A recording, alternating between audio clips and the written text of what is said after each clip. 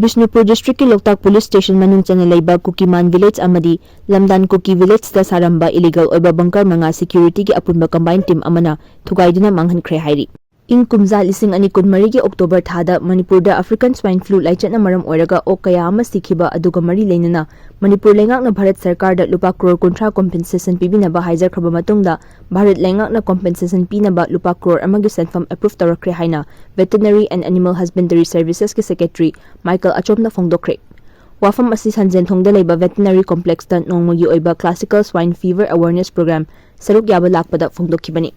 Mahakna makha taraduna high compensation asi mathang thagi chayol anida farmers singda yenthoklagani. African swine flu gi laichat asina Manipur gi district taret haibadi Imphal East, Imphal West, Bishnupur, Thoubal, Ukhrul, Kamjong amadi Kaching district ta sandoktuna farms lising amaga chatruk humfunithoi da leiba ok lising amaga chatret marfu mathoi sikhi adum oinamak chahi adumaki December thada laina asibu lakshinbak ngamki. Officials singi maikaidagi fongdorapagi matung inna laichat asina sandokliba epicenter kuntra taret masak khangdoktuna ok ki machinja kilogram lising kunhumdoi ga chatruk maudra mari manghanki haina powers na makhatari.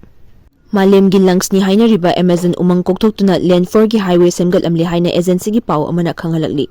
Powers na makhatara dun hai Brazil gi Belem City manakta leiba Amazon rainforest ki sarukta chahi asigi November tang 10 dagi hawgadoriba COP30 climate summit asigi damak umangsing asibu koktoktuna land for gi highway semgat sagatpagi thabak paikhatpani hairi. Maru oiba miyoi lising yangkai henbana climate summit asida saruk yagadabana maram oiraga akanba security ki section thorang lokhatuna miyamigi khudong chagadaba mayok nahangadabagi saruk Amazon umang asi koktoktuna land for pakpa highway asi sembani hairi.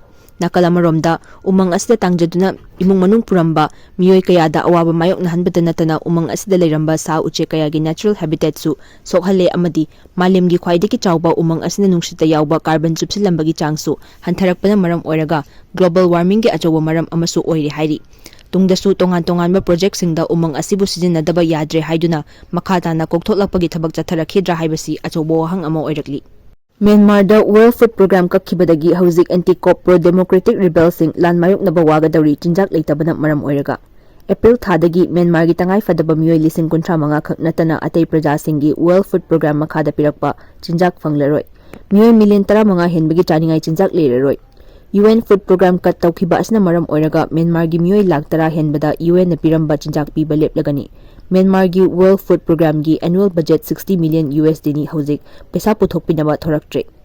US funding lepkibadagi Myanmar pro-democracy movement fail oikhiba yai haina chawna thajanari.